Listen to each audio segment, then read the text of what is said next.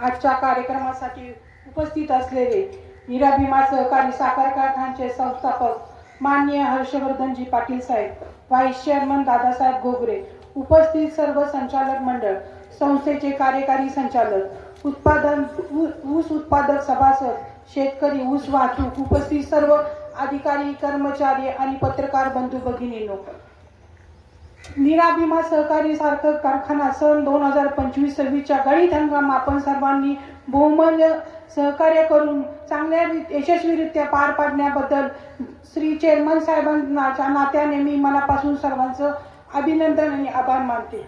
गेल्या वर्षी नीरा भीमा सहकारी साखर कारखान्याच्या संचालक मंडळाची निवडणूक झाली व त्यामध्ये मला चेअरमन म्हणून आपण सर्वांनी सभासदांनी निवडून दिलं. बिनविरोध चेअरमन म्हणून निवडून दिलं. माझ्या सर्व संचालक मंडळांना पण बिनविरोध चेअरमन निवडून दिलं. त्याबद्दल मी सर्वांचे प्रथमतः आभार मानते.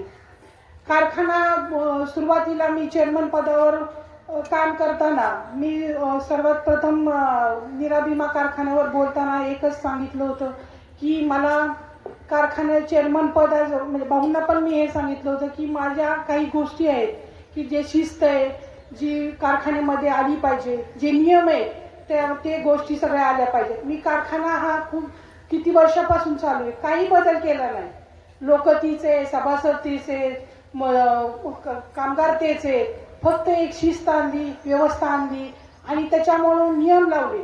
त्याच्यामुळं कारखान्यामध्ये ऊस घालतानाचे नियम आणि आमचे MD साहेब ह्यांनी पण जी शिस्त सांगितली ती सर्व इतकी व्यवस्थित पद्धतीने पार पाडली. ऊस आणताना त्याची आपण रिकव्हरी जी चेक केली, त्याच्यामुळे येणारा आपल्याला ऊस हा खूप चांगल्या पद्धतीने ऊस आला. त्यामुळे रिकव्हरी वाढली आणि त्यामुळे आपली साखर उत्पादन वाढली.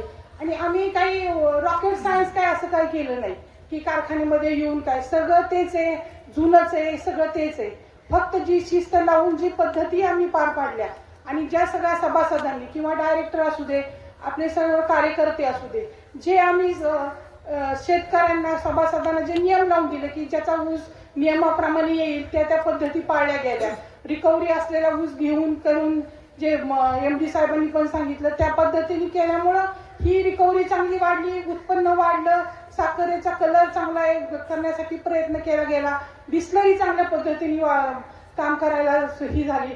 हे सगळं फक्त शिस्त, नियम आणि ज्या ह्या गोष्टींमुळे सगळं परिपूर्ण झाले.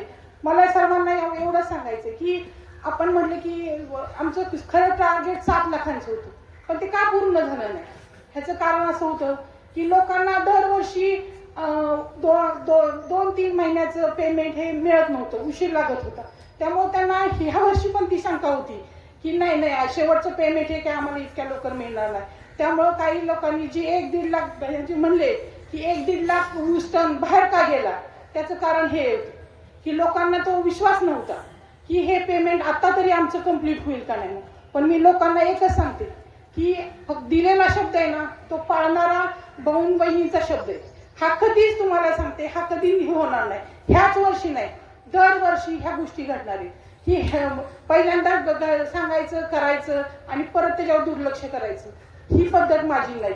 त्याच्यामुळे मी तुम्हाला आणि मला असं पण काही लोकांनी सांगितलं की आता इलेक्शन आहे, जिल्हा परिषदचं इलेक्शन आहे, तुम्ही 1 तारखेलाच पेमेंट द्या म्हणजे अजून ह्याच्यामध्ये फरक पडत नाही. जे ठरलंय ना 15 दिवसाला पेमेंट करायचं त्या दिवशीच करायचं. लोकांना आपल्यावर विश्वास बसलाय, अजून चांगल्या परत बसेल. इलेक्शन आहे म्हणून मला पेमेंट द्यायचं नव्हतं, त्यावेळेस दिलं असतं काय मतदान घडलं असतं. पण लोकांना कारखान्याबद्दल जो विश्वास मला निर्माण करायचा होता तो मी आज विश्वास निर्माण केलाय. त्याच्यामुळं मला कारखान्यातल्या सभासदांना, शेतकऱ्यांना एकच सांगायचे, तुम्ही ज्या नियमाप्रमाणे जे आम्ही तोडी देऊ त्या सगळे नियम पाळा. तुम्हाला सांगते रिकव्हरीच्यासाठी आम्ही जे प्रयत्न करू ते तुम्ही हे करा. तुम्हाला सांगते 3100 काय त्याच्यापेक्षा सुद्धा पुढच्या वर्षी जास्त भाव देऊ शकू आम्ही. हे सगळ्या गोष्टी तुमच्या हातात आहे.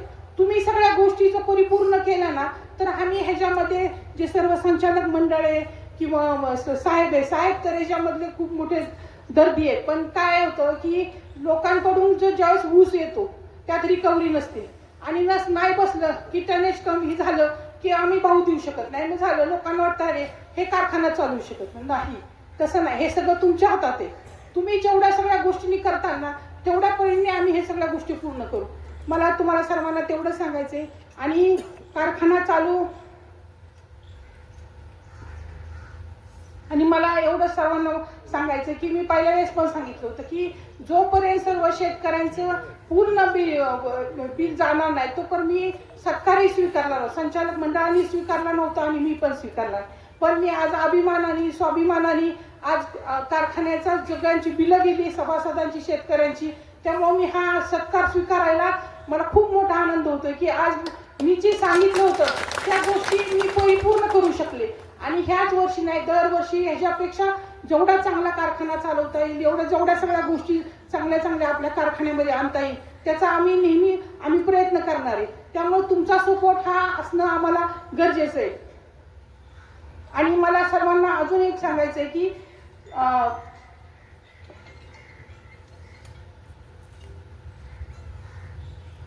3100 रुपये आम्ही कारखान्याला भाव दिला, तो आज आम्ही पूर्ण करून शेतकऱ्यांच्या खात्यामध्ये काल सगळा जमा केला. त्याबद्दल मी सर्व संचालक मंडळ, सर्व आमचे कामगार, MD साहेब आणि मेन म्हणजे साहेबांचे, कारण हे शेवटचं पेमेंट एवढं सोपं नव्हतं. हे जरी सगळं हे असेल तरी साहेबांनी इतके प्रयत्न करून हे करून मी तुम्हाला सांगते ह्या प्रयत्नातनंच हे शेवटचं पेमेंट एकदम व्यवस्थितपणे. आणि मला PDC बँकेचे आप्पासाहेब जगदाळे असतील, भरणे मामा असतील, ह्यांचं पण मला आभार मानायचे की त्यांनी पण आम्हाला ह्या बाबतीमध्ये खूप मदत केली. त्यांचं पण मी अभिनंदन करते की त्यांनी आम्हाला कारखान्याला मदत केली त्याबद्दल. आणि मी सर्व संचालक मंडळ यांनी पण आम्हाला खूप चांगल्या प्रकारे सपोर्ट झाला. आमच्या मीटिंग्स ह्या सगळ्या गोष्टी ह्याच्यामुळं मी त्यांचे पण सगळ्यांचे मी आभार मानते. आणि मी सर्वच अधिकारी, ऊस उत्पादक, शेतकरी, वाहन मालक, सर्व कर्मचारी यांना आवाहन करते जोमाने आपला निराभीमा सहकारी कारखाना चालवण्यामध्ये सर्वांचं सहकार्य राहिलेलं आहे आणि राहावं एवढी सगळ्यांना मी विनंती करते. जय हिंद, जय सहकार. धन्यवाद वहिनी साहेब, मनपूर्वक धन्यवाद.